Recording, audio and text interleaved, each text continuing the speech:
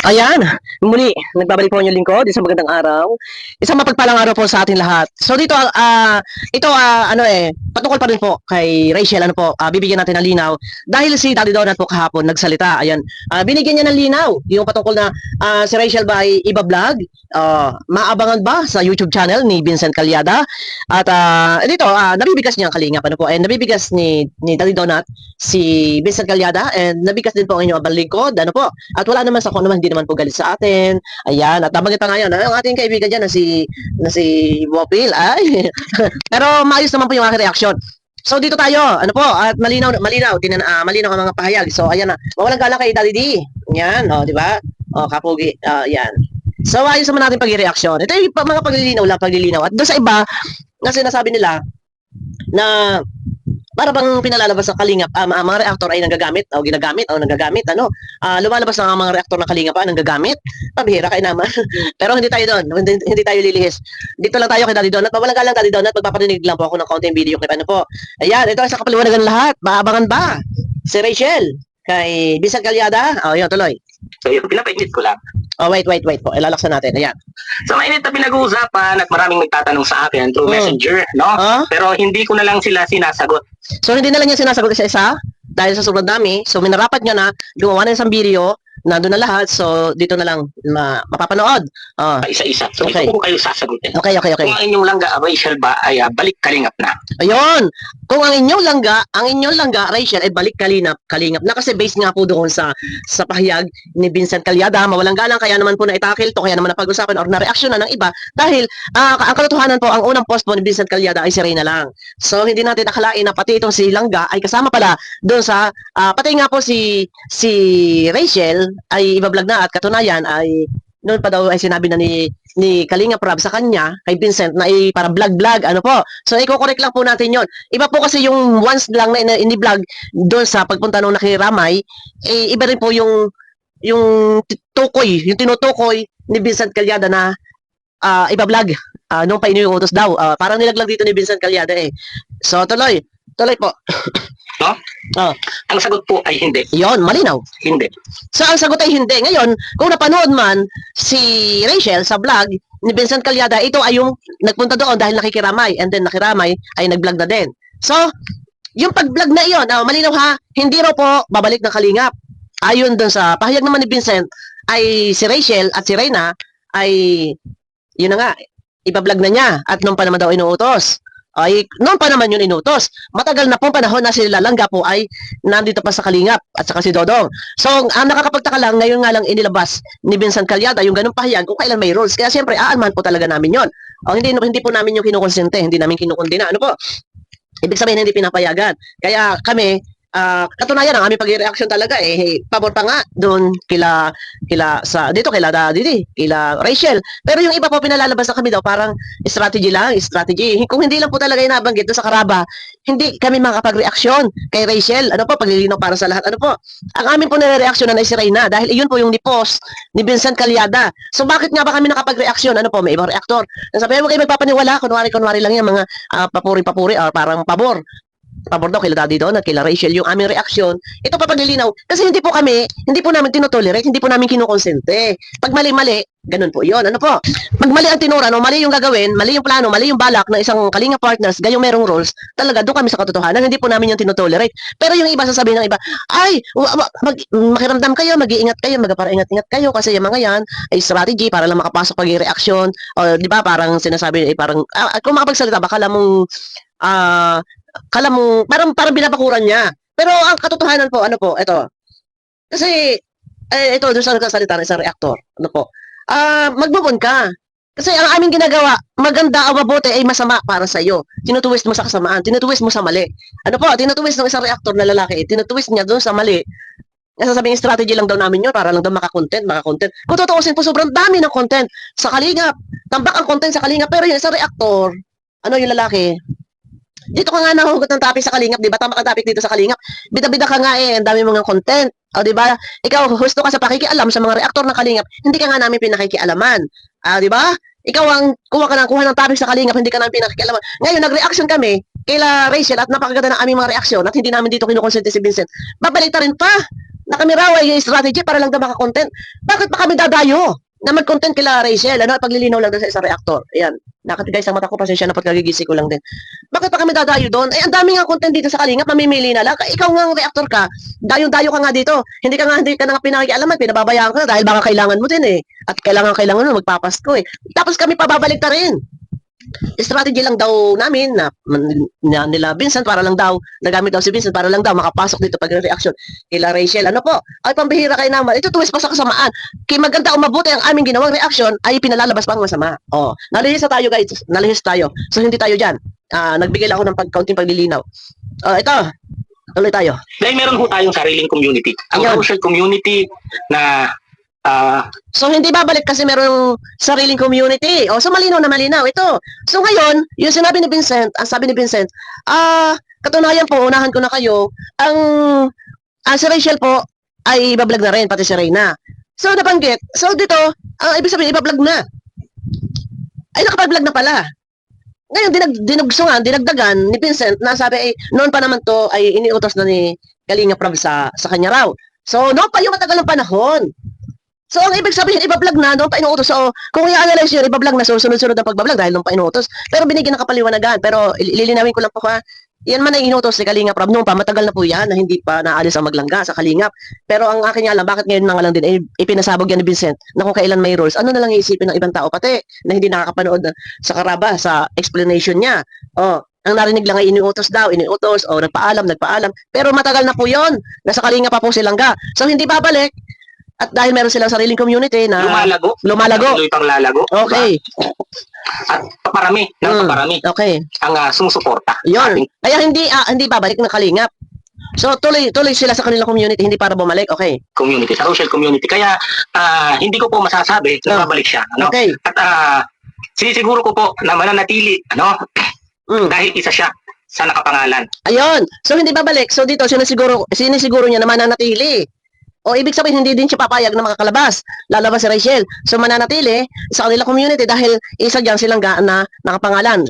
Dalawa sila ni Rowel. Sa social community. Yun. Malinaw. So ngayon ho. So dumako naman tayo doon kung bakit na-vlog ni Vincent Calyada. Kasi nga dumalaw doon nakikiramay. Dahil alam niyo na yung may pinagdadaanan sila. Daddy Donut. Ano po? Wait. Tuloy. Sa mga nagtatanong bakit siya nagpa-vlog kay Vincent Calyada? Ayun. Bakit siya nagpa-vlog kay Vincent Calyada? Ano ang masasabi ni Daddy Donut? Okay lang ba yun na gayon si Vincent Calyada ay pumataro para makidalamhati o makiramay gayon na sinabayan ng vlog? Ano masasabi dito ni Daddy Donut? Okay lang ba yun? O hindi ba siya sang-ayon sa mga ganon? O tuloy, wait. Dito po maririnig po natin kung ano ang kanyang pahayag patungkol doon. Ano po? Dahil unang-una, si Vincent Calyada po ay isang content creator. Yun. Normal, magbablog yan. So, doon pa lang, sa salitang ito, unang-una, si Vincent Calyada ay content creator, so magbablog yan. So, naghahanap ng maibablog. So, dito pa lang po, kung i-analyze natin to, intindi na ni Daddy Donut yun. Wala nang problema doon dahil content creator. So, common na yan, normal na yan. Magbablog-blog. Common. So, dito, dahil, wait. Pangalawa, okay. Si Rachel ho, ay scout ni Vincent Calyada. So malinaw dito, no, una-una, content creator, pangalawa, scout, si Rachel, ni Vincent. So, parang wala problema doon. Tuloy. Pangatlo, okay. Si Vincent Calyada po ay kaibigan namin. Di ba? Yun. So pwede pala. Okay, no problem. Yun nga lang. Hindi na madalas pwedeng i-vlog. Hindi pwedeng i-vlog para masabing regular vlog. So, pwede i-vlog as yan ay kaibigan. Pwede i-vlog dahil content creator or kaibigan or scouter ni Rachel. Ganun po ba? Hindi man pinagbabawal. Walang sinabi ditong bawal. So, pwede. Teka muna, pwede. So, dito, kung ganun kung pwede, so, uwian na. May kasagutan na. Parang, teka. Kaibigan namin ng Morales family. Yun. Siya po ay pumunta rito para makiramay. Okay. So pumunta niya para makiramay. So no problem. Parang dito sa pangatlo, no problem. At uulitin ko ho, si Vincent Calyada po ay isang content creator. Isa ho siyang content creator na naghahanap ng may palalabas sa kanyang YouTube channel. Okay. So maganda yung sinasabi ni Daddy dito. Okay. So kung nagpa-interview man po si Rachel, isa ho yan sa the way kung paano ka makisama. kung paano mo tinatanaw ang utang na loob. Ayun, ang importante doon. So, no problem. Kung magpa-interview si Rachel, dahil isa sa pakikisama, o nandiyan na rin yung pagtanaw ng utang na loob. So, sa madaling salita, ay hindi ko kontra, hindi kinontra ni Daddy D si Vincent Calyada. So, absoluto, kung ganon, ayos ang buto-buto. Kung ganon, na pwede, or okay lang na mag-vlog, mag-interview. Oh, so, uwi ano tayo, may nanalo na, pinapayagan. Okay lang kay Daddy D. Pero yung i-vlog, regular, iba-vlog, siguro yun ang hindi po pwede. Ano po? Pero pwede nyo panoorin po dito kabuang video, ano guys. Nasa ganun, kayo mismo ang makarinig, makasaksi, at matapos nyo lahat. Kasi hindi po natin iparirinig lahat ito. So, siguro, yung pagpunta doon, yun ang binigyan ng explanation na yung pag-vlog na ito ay okay lang as content creator and kaibigan nila and nakikiramay or nandun, nakiramay lang. And scouter ni Rachel, yung pag-vlog na yan ay no problem. O, di ba? Malinaw, no problem. Pero yung i-vlog, araw-araw, regular vlog, so siguro ay hindi papayag. Kung paano mo ipakita na isa kang kaibigan at hindi ka nagbabago. Yun. Pero pwede nyo pong panoorin dito guys sa kabuuan video. At walang masama sa sinabi ni Daddy D. Na yung iba namang mga reactor, abay nagagalit ho. Nagagalit at bakit daw namin hindi ko content ay hindi naman masama ang aming pagbibitaw. Pangatlo, kung tinatanong rin sa atin kung silang Rachel ba ay may katotohanan na palagi nang mapapanood sa YouTube channel ni Vincent Calyada. Okay. Hindi po. Yun! Hindi po. So malinaw, walang katotohanan na hindi palagi mapapanood kay Vincent Calyada. So na-vlog okay lang iyon kasi as a scouter, friend, and nakiramay, and content creator, okay lang. No problem yun na makapag-vlog ng isang beses.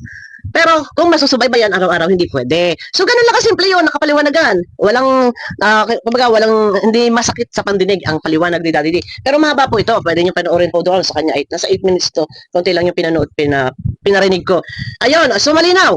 Ano po, sinabi niya hindi mapapanood daily. So, yung pag-content doon, nung nakiramay, nag-vlog doon si Vincent, in-upload, so nasa 50 plus yung view. So, okay lang yun, no problem yun, no problem. So, dumako naman tayo doon, ano po, yung ibang content, yung ibang reactor, ang sabi ay, ang mga kalingap reactor, ginamit lang si Vincent para makapasok doon.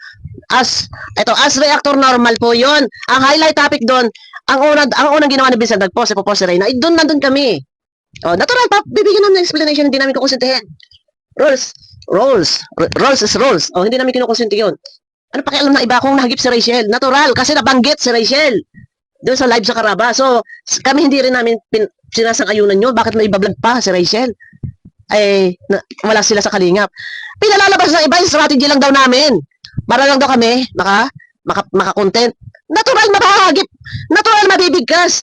Natural, kung matthumbnail man, no problem naman yon. Hindi naman madalas. Ngayon nagkataon lang na merong issue. Natural, sila yun. Tinatambdale namin kung sino yung involved doon sa usapin. Mailalagay ang pangalan. Para kang hindi, yung isang lalaking reactor, para siya hindi reactor, siya nga, puro nga topic ang topic sa kalingap. Di ba? Ayaw, malinaw. Isang beses lang. Siguro yun, yung pag-vlog ni Vincent. And hindi na mapapanood araw-araw. Ayan, malinaw. Pwede, kayo naman dito. Ayan. Salamat po. Salamat, Daddy D. Daddy Donald, thank you. Ayan, ano po. So, ayan na. May galap shoutout sa inyo lahat. Ano po.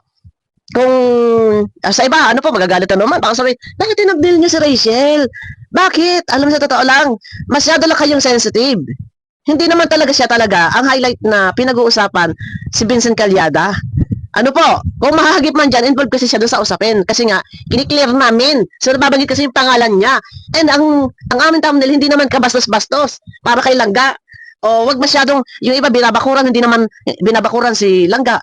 Ang Rochelle community, hindi naman siya reactor doon. No? Yung reactor na lalaki, hindi naman siya reactor doon.